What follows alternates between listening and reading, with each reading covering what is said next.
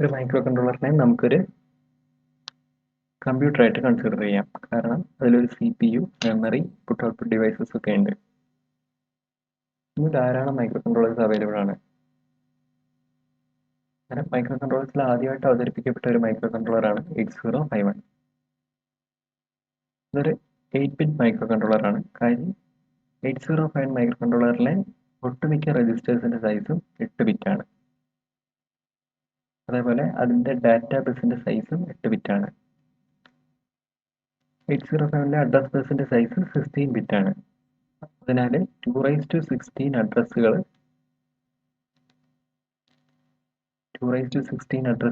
8051 access ചെയ്യാൻ കഴിയും. 216 എന്ന് പറഞ്ഞാൽ 2/6 into 2/10, അതായത് 64 കിലോബൈറ്റ്സ് ഓഫ് മെമ്മറി. നേരെ ആദ്യമായിട്ട് 8051 ഇൻട്രൊഡ്യൂസ് ചെയ്തത് ഇന്റൽ എന്ന കമ്പനിയാണ്. അങ്ങനെ ഇന്റൽ ഇൻട്രൊഡ്യൂസ് ചെയ്ത 8051 അവരെ വിളിച്ചത് MCS51 എന്നാണ്. അങ്ങനെ MCS51 4 കിലോബൈറ്റ്സ് ഓഫ് റോം ഉണ്ടായിരുന്നു, 128 ബൈറ്റ്സ് ഓഫ് റാം ഉണ്ടായിരുന്നു, 2 ടൈമേഴ്സ് ഉണ്ടായിരുന്നു, 32 ഇൻപുട്ട് ഔട്ട് പിൻസ് ഉണ്ട്, ഒരു സീരിയൽ പോർട്ട്, 6 ഇന്ററപ്റ്റ് സോഴ്സസ്. ഇതാണ് 8051ന്റെ ഒരു block diagram. CPU connected to ROM, RAM, അതേപോലെ 2 timers, serial port, input output ports. 4 input output ports ആണുള്ളത്. അങ്ങനെ 32 പിന്നെ ഇന്ററപ്റ്റ് കൺട്രോൾ, പിന്നെ OSC എന്ന് കാണിച്ചിരിക്കുന്നത് ക്ലോക്ക് ആണ്, അതായത് എക്സ്റ്റേണൽ ഓസിലേറ്റർ. ഇന്ന് 8051 പ്രൊഡ്യൂസ് ചെയ്യുന്ന ധാരാളം കമ്പനികളുണ്ട്. അതിന്റെ കാരണം ഇന്ത്യയിലെ ബാക്കിയുള്ള കമ്പനികൾക്കെല്ലാം 8051 പ്രൊഡ്യൂസ് ചെയ്യാനുള്ള പെർമിഷൻ കൊടുത്തു. പക്ഷെ ഒരു കണ്ടീഷൻ ഉണ്ടായിരുന്നു. എക്സ് എന്ന കമ്പനി 8051 പ്രൊഡ്യൂസ് ചെയ്യുകയാണെങ്കിൽ അതിനെ എഴുതുന്ന ഒരു കോഡ് അത് Y പ്രൊഡ്യൂസ് ചെയ്യുന്ന 8051 വർക്ക് ചെയ്യണം. അതിനെയാണ് കോഡ് കമ്പാറ്റിബിലിറ്റി എന്ന് പറയുന്നത്. കോഡ് കമ്പാറ്റിബിൾ ആണെങ്കിൽ മാത്രമേ ഇന്ത്യയിലെ ബാക്കിയുള്ള കമ്പനികൾക്ക് 8051 പ്രൊഡ്യൂസ് ചെയ്യാനുള്ള പെർമിഷൻ കൊടുത്തിരുന്നുള്ളൂ. അത്തരത്തിൽ 8051 പ്രൊഡ്യൂസ് ചെയ്യുന്ന കുറച്ച് കമ്പനികളെയാണ് ഇവിടെ കാണിച്ചിരിക്കുന്നത്. Atmel, Infineon, microchip, Maxim, NXP, Texas Instruments. Other members of 8051 family. 8051 ഫാമിലിയിലെ ഒറിജിനൽ മെമ്പർ 8051 ആണ്. 8051ന്റെ ബാക്കിയുള്ള 8051 ഫാമിലിയിലുള്ള ബാക്കിയുള്ള മെമ്പേഴ്സാണ് 8052 അതേപോലെ 8031. നേരെ 8052 വരികയാണെങ്കിൽ 8051ലുള്ള റോമിന്റെ ഡബിൾ ഉണ്ട് 8052. അതേപോലെ റാം എടുക്കുകയാണെങ്കിലും 8052 8051ന്റെ ഡബിൾ ഉണ്ട്. അതേപോലെ 3 ടൈമേഴ്സ് ഉണ്ട് 8052. 8 ഇന്ററപ്റ്റ് സോഴ്സസും ഉണ്ട് 8052. ഇനി 8031ലേക്ക് വരികയാണെങ്കിൽ അവിടെ റോം ഇല്ല. റോം അല്ലെങ്കിൽ 0 കിലോബൈറ്റ്സ് ആണ്. ബാക്കി എല്ലാ കാര്യങ്ങളും 8051 പോലെ തന്നെയാണ്. അതുകൊണ്ട് 8031നെ വിളിക്കുന്നത് റോംലെസ് version of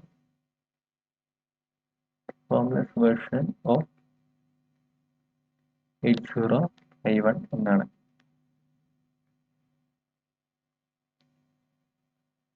eight zero three one അന്നേരം ഒരു മൈക്രോ കൺട്രോളർ ആപ്ലിക്കേഷൻ യൂസ് ചെയ്യേണ്ടി വരും സമയത്ത് ഒരു എക്സ്റ്റേണൽ റോം കണക്ട് ചെയ്യേണ്ടതായിട്ട് വരും. അന്നേരം നമ്മൾ പറഞ്ഞു 8031ൽ 2/16 അഡ്രസ് ആക്സസ് ചെയ്യാൻ കഴിയും. കാരണം അതിൽ ഒരു 16-ബിറ്റ് അഡ്രസ് ബസ് ആണ് ഉള്ളത്.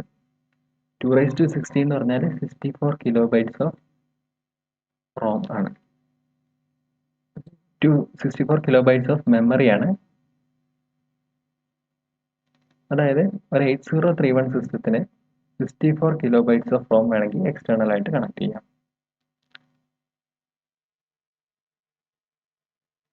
8089C51 അതൊരു 8051 മൈക്രോ കൺട്രോളറാണ്.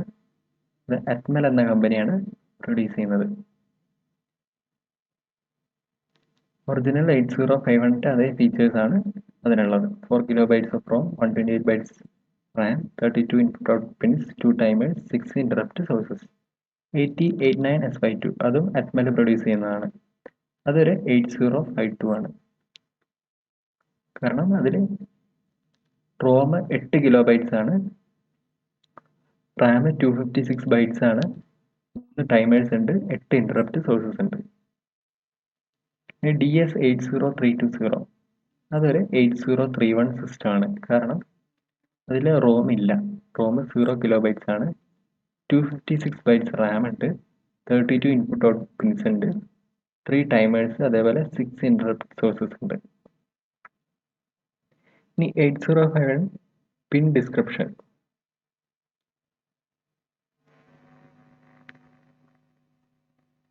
8051 IC ഈ രീതിയിലാണ് നമുക്ക് കിട്ടുന്നതെങ്കിൽ അതിന് നമ്മൾ DIP എന്നാണ് പറയുക.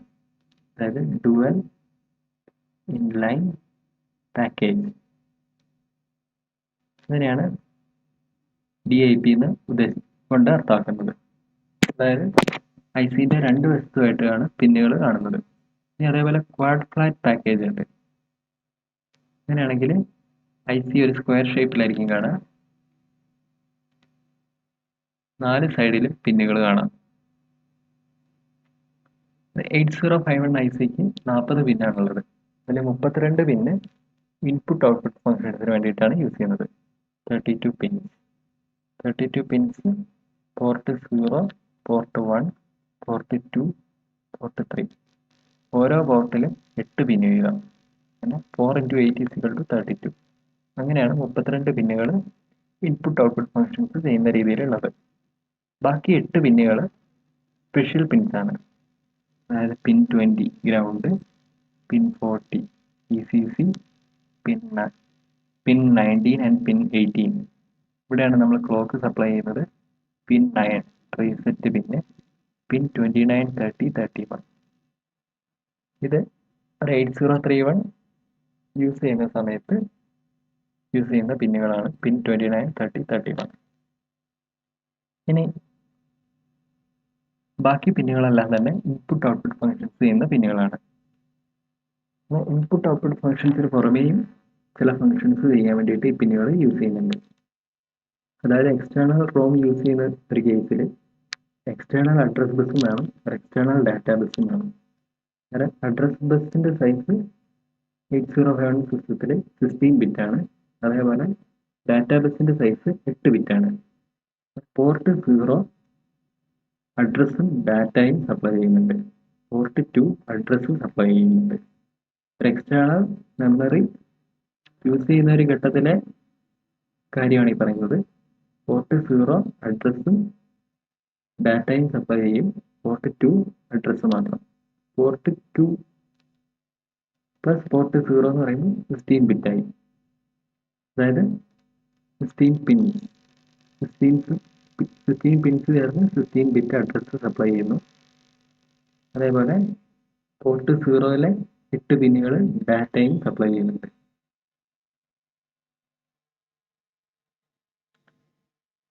പിൻ 1, പിൻ 40, അതായത് VCC provide supply voltage to the chip. അതായത് VCC പ്ലസ് 5 വോൾട്ട് കൊടുക്കും. അതായത് ഒരു 7805-ന്റെ ICന്റെ ഔട്ട്പുട്ട് ആയിട്ടാണ് അത് കൊടുക്കുക. 7805-ന്റെ ഗ്രൗണ്ട് പിൻ 20-ലേക്ക് കണക്ട് ചെയ്യും.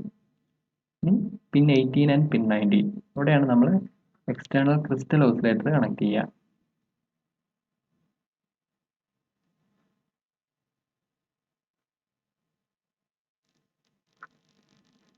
എക്സ്റ്റേണൽ ക്രിസ്റ്റൽ ഓസിലേറ്റർ കണക്ട് ചെയ്യും. ഈ പിൻ 9 റീസെറ്റ് പിന്നാണ്. ഈ പിൻ 29, 30, 31 ഇതാണ് 8031 സിസ്റ്റത്തിൽ യൂസ് ചെയ്യുന്ന പിന്നുകൾ.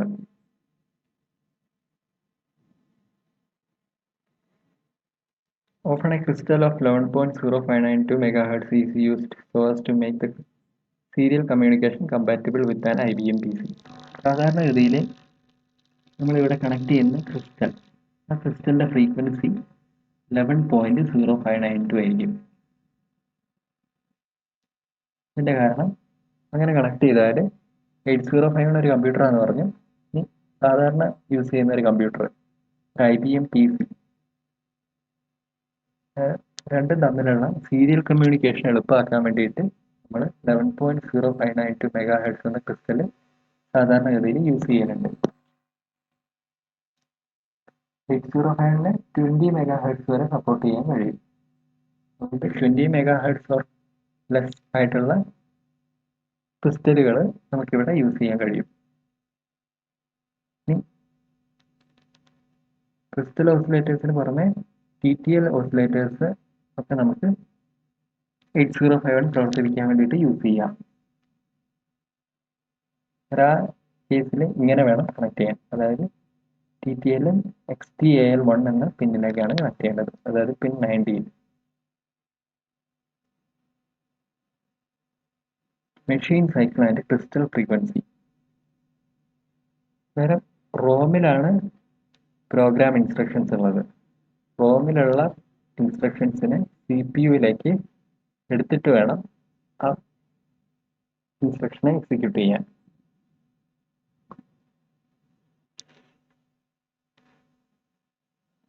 റോമിൽ നിന്ന് CPU-യിലേക്ക് എടുക്കുന്ന ആ പ്രോസസ്സിനാണ് ഫെച്ച് എന്ന് പറയുന്നത്. റോമിലുള്ള ഒരു ഇൻസ്ട്രക്ഷനെ CPU-യിലേക്ക് എടുക്കുന്നതിനാണ് ഫെച്ച് എന്ന് പറയുന്നത്. CPU-യിലുള്ള ഇൻസ്ട്രക്ഷൻ ഡീകോഡർ ആ ഇൻസ്ട്രക്ഷന്റെ അർത്ഥം മനസ്സിലാക്കും. അതിനാണ് ഡീകോഡ് എന്ന് പറയുന്നത്. അങ്ങനെ അർത്ഥം മനസ്സിലാക്കിയ ആ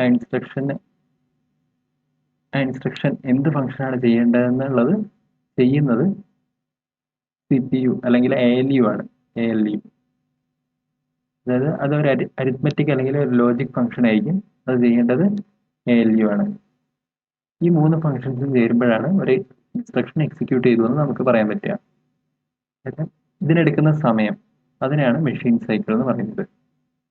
Number of clock cycles required to fetch, decode and execute an instruction is called a machine cycle. ഒരു മെഷീൻ സൈക്കിൾ എന്ന് പറഞ്ഞാൽ 12 ക്ലോക്ക് സൈക്കിളാണ്. ക്ലോക്ക് സൈക്കിളിനെ തീരുമാനിക്കുന്നത് എക്സ്റ്റേണൽ ആയി കണക്ട് ചെയ്ത ക്രിസ്റ്റൽ ഓസിലേറ്ററിന്റെ ഫ്രീക്വൻസിയാണ്. അതായത് നമ്മൾ എക്സ്റ്റേണലി കണക്ട് ചെയ്യുന്ന ക്രിസ്റ്റലിന്റെ ഫ്രീക്വൻസി സ്പീഡ് ഓഫ് ഓപ്പറേഷനെ ബാധിക്കുന്നുണ്ട്. ഒരു 16 MHz ക്രിസ്റ്റൽ യൂസ് ചെയ്യുകയാണെങ്കിൽ 1 ക്ലോക്ക് സൈക്കിൾ എന്ന് പറഞ്ഞാൽ 0.75 മൈക്രോ സെക്കൻഡ്സ്, അതായത് 1/16 MHz = 0.75 മൈക്രോ സെക്കൻഡ്സ് ആയിരിക്കും. 8051 പല ഇൻസ്ട്രക്ഷൻസും പല മെഷീൻ സൈക്കിൾ എടുത്തിട്ടായിരിക്കും എക്സിക്യൂട്ട് ചെയ്യപ്പെടുക. കാരണം 8051 ഒരു CISC ആർക്കിടെക്ചർ ആണ് ഫോളോ ചെയ്യുന്നത്. From the data sheet of 8051, the number of machine cycles for each 8051 instruction can be obtained. Data sheet നോക്കിയാൽ ഓരോ ഇൻസ്ട്രക്ഷനും എത്ര മെഷീൻ സൈക്കിൾ വീതം വേണമെന്ന് നമുക്ക് മനസ്സിലാക്കാൻ കഴിയും. ഈ പിൻ 9 ഇത് റീസെറ്റ് പിന്നാണ്. റീസെറ്റ് പിന്നിൽ ഒരു ഹൈ വോൾട്ടേജ് 2 മെഷീൻ സൈക്കിൾ എങ്കിലും ദൈർഘ്യമുള്ള ഒരു ഹൈ വോൾട്ടേജ് വരികയാണെങ്കിൽ 8051 റീസെറ്റ് ആവും. അതായത് പ്രോഗ്രാം ആദ്യം മുതൽ എക്സിക്യൂട്ട് ചെയ്യാൻ തുടങ്ങും. അങ്ങനെ റീസെറ്റ് ചെയ്യുന്നതിന് വേണ്ടിയിട്ടുള്ള ഒരു സർക്യൂട്ടാണ് ഇവിടെ കാണിച്ചിരിക്കുന്നത്. സാധാരണ കേസിൽ കപ്പാസിറ്റർ, റെസിസ്റ്റർ, ഗ്രൗണ്ട് ആ രീതിയിൽ കണക്ട് ചെയ്യും. ഇനി അതിനെ ബൈപ്പാസ് ചെയ്യാൻ വേണ്ടി കപ്പാസിറ്ററിനെ ബൈപ്പാസ് ചെയ്ത് ഒരു പുഷ് ബട്ടൺ കൂടി കണക്ട് ചെയ്യും. ബട്ടൺ പ്രസ് ചെയ്യുന്ന സമയത്ത് പോസിറ്റീവ് ഹൈ വോൾട്ടേജ് RST എന്ന പിന്നിലെത്തും. +5 വോൾട്ട്. ബട്ടൺ പ്രസ് ചെയ്യുന്ന സമയത്ത് +5 വോൾട്ട് RST പിന്നിലെത്തും. അതോടെ 8051 റീസെറ്റ് ആവും. പിൻ 29, 30, 31 ഇത് ഒരു 8031 അല്ലെങ്കിൽ ഒരു എക്സ്റ്റേണൽ റോം കണക്ട് ചെയ്യേണ്ട ഒരു കേസിലാണ് ഈ 3 പിന്നുകളുടെയും ഫംഗ്ഷൻ. പിൻ 29 PSEN ബാർ. PSEN ബാർ എന്ന് പറഞ്ഞാൽ ഇതൊരു ആക്റ്റീവ് ലോ സിഗ്നൽ ആണ്. അത് PSEN-ന്റെ നോർമൽ വാല്യൂ 5 വോൾട്ട് ആണ്. അതായത് PSEN ബാർ ആണെങ്കിൽ ഇതിൻ്റെ അർത്ഥം 0 വോൾട്ട് ആണ്.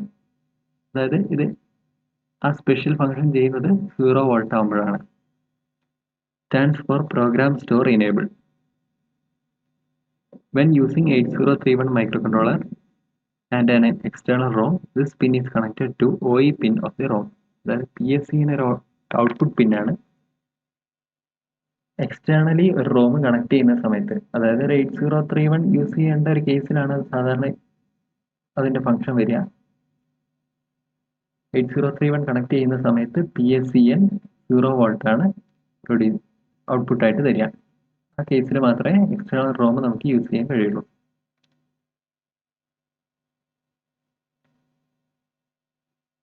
ഇനി അടുത്തത് പിൻ 30. പിൻ 30 stands for address latch enable.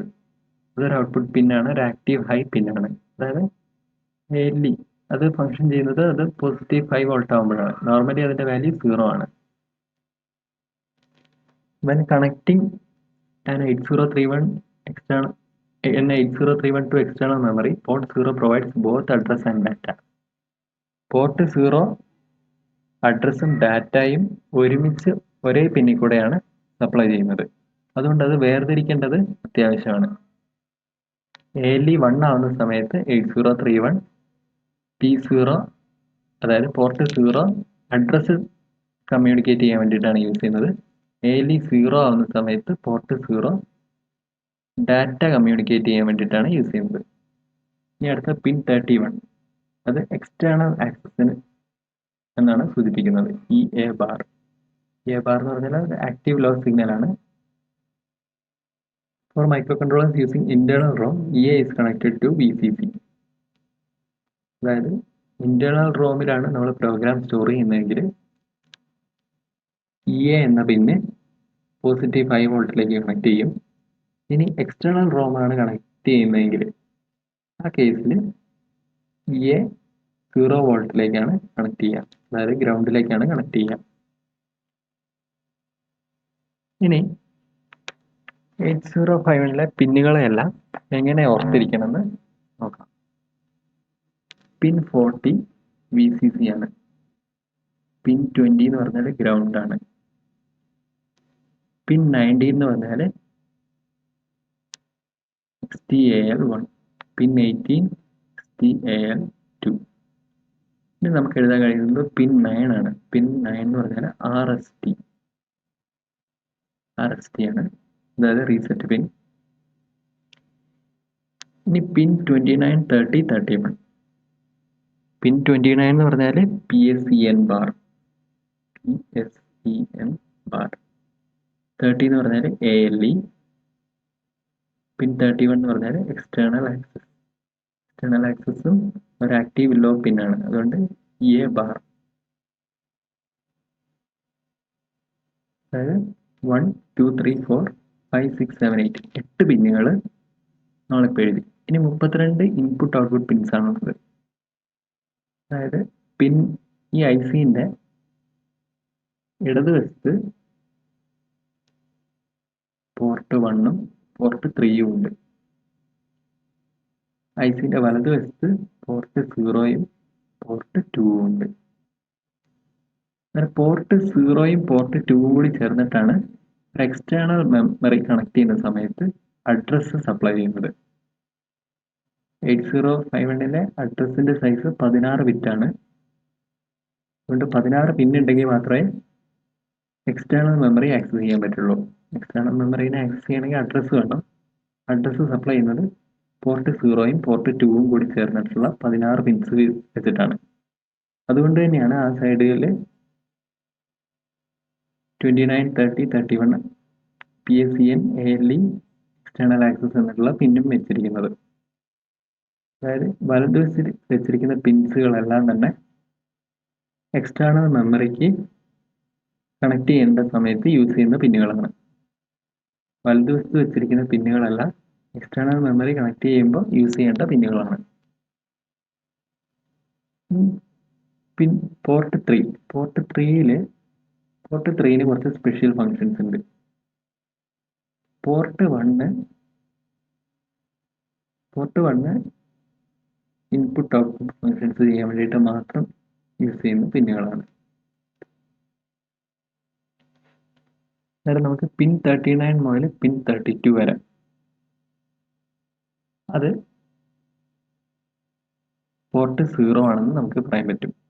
അതുപോലെ പിൻ 28 മുതൽ പിൻ 21 വരെ പോർട്ട് 2 ആണെന്നും പറയാൻ പറ്റും. പിൻ 1 മുതൽ പിൻ 8 വരെ പോർട്ട് 1 ആണ്. പിൻ 10 മുതൽ പിൻ 17 വരെ പോർട്ട് 3 ആണ്. പിൻ 1 മുതൽ എഴുതാം, പോർട്ട് 1.0, പിൻ 1.1, പിൻ 1.2, പിൻ 1.3, പിൻ 1.4, 0.6, 1.7, അങ്ങനെ 8 പിന്നെ പോർട്ട് 1ൻ്റെ. ഇനി അടുത്തത് പോർട്ട് 3 ആണ്. പോർട്ട് 3ൻ്റെ പോർട്ട് 3.0, 0.1, 0.2, 0.3, 3.4, 3.5, 3.6, 3.7. പോർട്ട് 3ന് സ്പെഷ്യൽ ഫങ്ഷൻസ് ഉണ്ട്, അത് അവസാനം എഴുതാം. ഈ പോർട്ട് പിൻ 39, പിൻ 39 എന്ന് പറഞ്ഞാൽ പോർട്ട് 0യുടെ ആദ്യത്തെ പിന്നാണ്. Port 0.0, 0.1, 0.2, 0.3, 0.4, 0.5, 0.6, 0.7.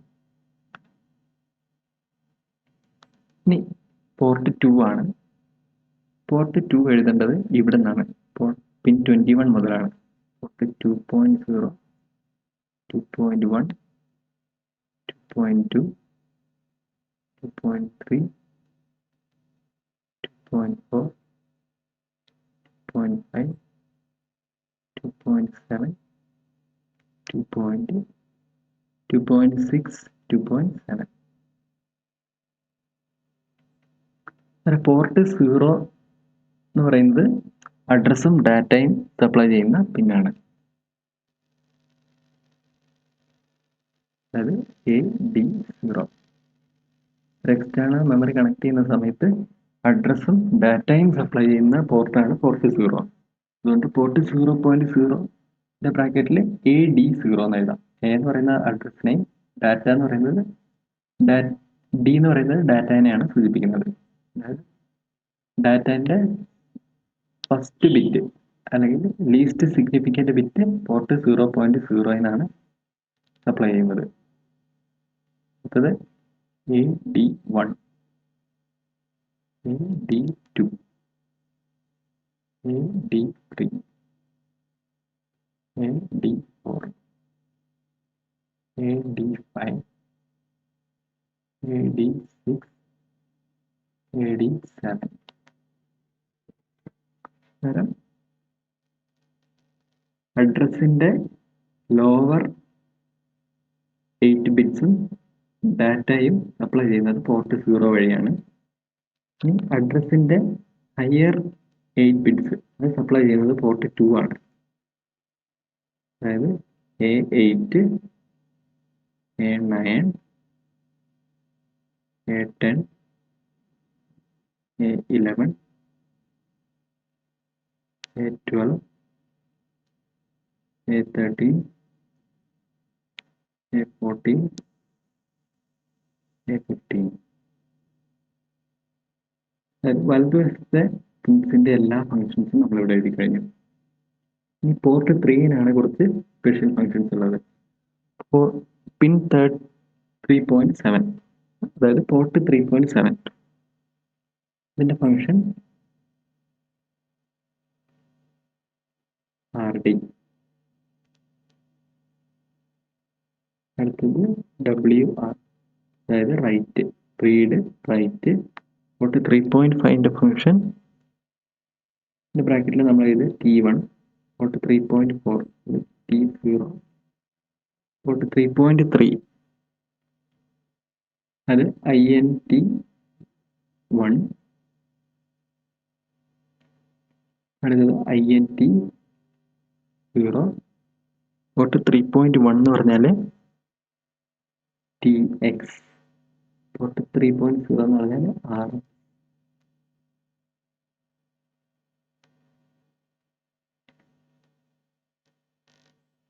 R X T X serial കമ്മ്യൂണിക്കേഷന് വേണ്ടിയിട്ട് യൂസ് ചെയ്യുന്നതാണ്. INT0 INT1 ഇത് എക്സ്റ്റേണൽ ഇൻട്രപ്റ്റ്സിനെയാണ് ഉദ്ദേശിക്കുന്നത്.